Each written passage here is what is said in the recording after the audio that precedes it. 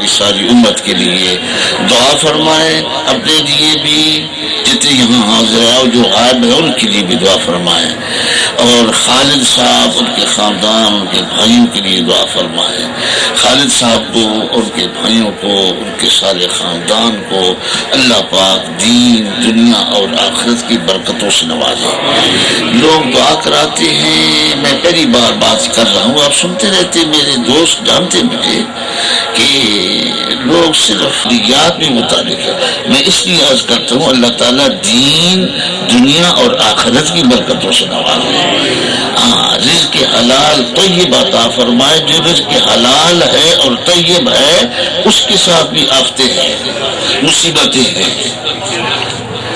اور جو حرام ہے وہ تو ہے ہی حرام،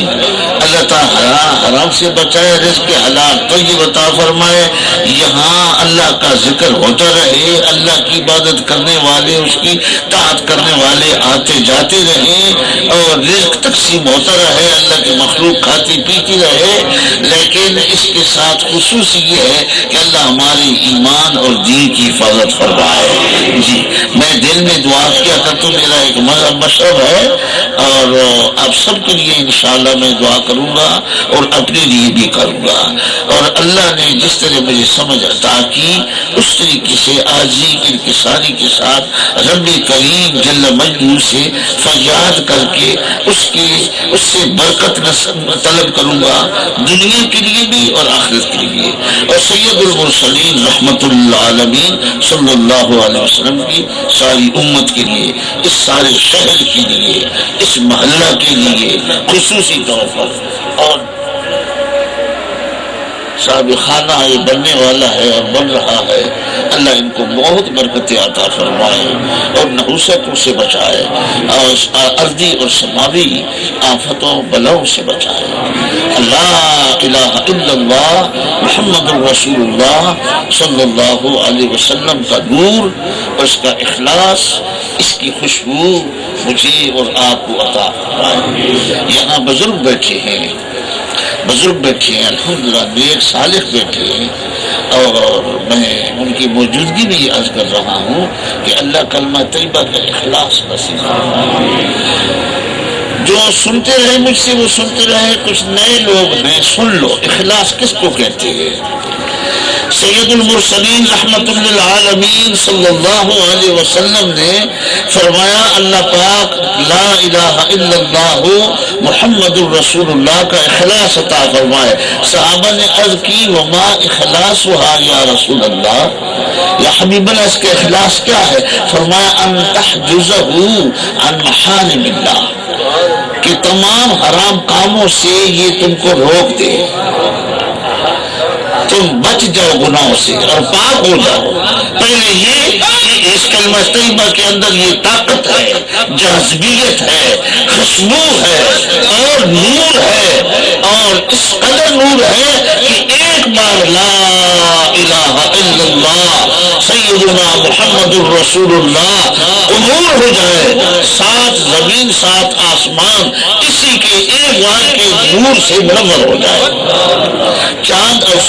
جب بچ جاؤ گے یہ اخلاص کا پہلا درجہ ہے، جب بچ جاؤ گے محفوظ ہو جاؤ گے تو تمہارا سینہ اور دل کو اللہ تعالیٰ اس کے نور سے منور اور خوشبودار فرما دے گا۔ پھر حال یہ ہے تمام دنیا کے اولیاء خصوصاً قادری اور چشتی، نقشبندی سہروردی شاذلی اور ان کے شاخے سب متفق ہیں اس بات پر کہ زیادہ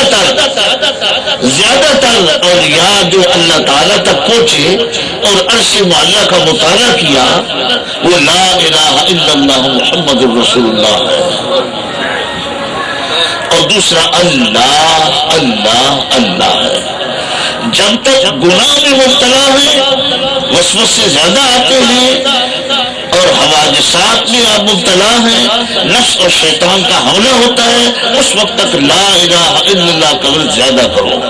کیونکہ یہ بچاتا ہے، اور یہ ایسا کلمہ مبارک ہے کہ موت کے وقت ایک بار پڑھو تو جنت میں چلے جاؤ، اور جب تک اس کلمہ مبارک کو آپ نہیں پڑھیں گے ایمان اسلام میں نہیں داخل ہوگے۔ ایمان اسلام میں داخل ہونے کے لیے شرط ہے کہ لا الہ الا اللہ محمد الرسول اللہ پڑھا جائے۔ بہرحال میں نے بھی بات شروع کر دیا ہے، اللہ کریم جل مجدہ اس محفل کو قبول فرماؤ۔ میرے احساس کے اعتبار سے انشاءاللہ یہ محفل بہت مبارک ہوئی ہے، بہترین محفل۔ اللہ تعالیٰ اپنا فضل و کرم کرے، آئندہ بھی ایسی محفل ہوتی رہیں، یہ اس لیے کہ اللہ اور اللہ کے رسول کی اطاعت کا شوق پیدا ہو، ذکر شوق پیدا ہو، اور برکت نصیب فرمائے جنہوں نے یہ محفل منعقد کی ہے، اور آپ سب کو برکت عطا فرمائے، سب کی مغفرت ہو جائے۔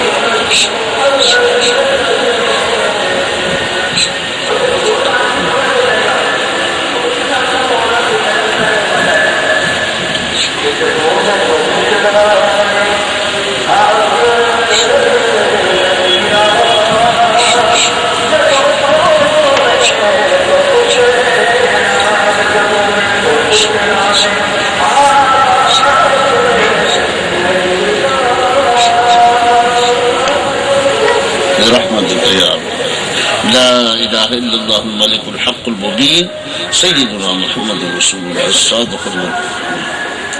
لا إله إلا الله الحليم الكريم، لا إله إلا الله العلي العظيم، الحمد لله رب العالمين. اللهم يا عماد من لا عماد له، يا سند من لا سند له، يا ظفر من لا ظفر له، يا غياث من لا غياث له، يا كريم العفو، يا حسن التجاوز،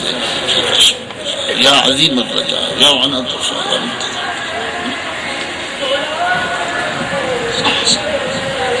ودعو الحمد وشعاع الشمس ودبي الماء وحفيف الشجر، يا الله يا الله يا الله يا رب يا رب يا رب. اللهم صل على سيدنا برحمتك يا رب. اللهم صل على سيدنا محمد النبي الأمي وعلى آله وصحبه وسلم.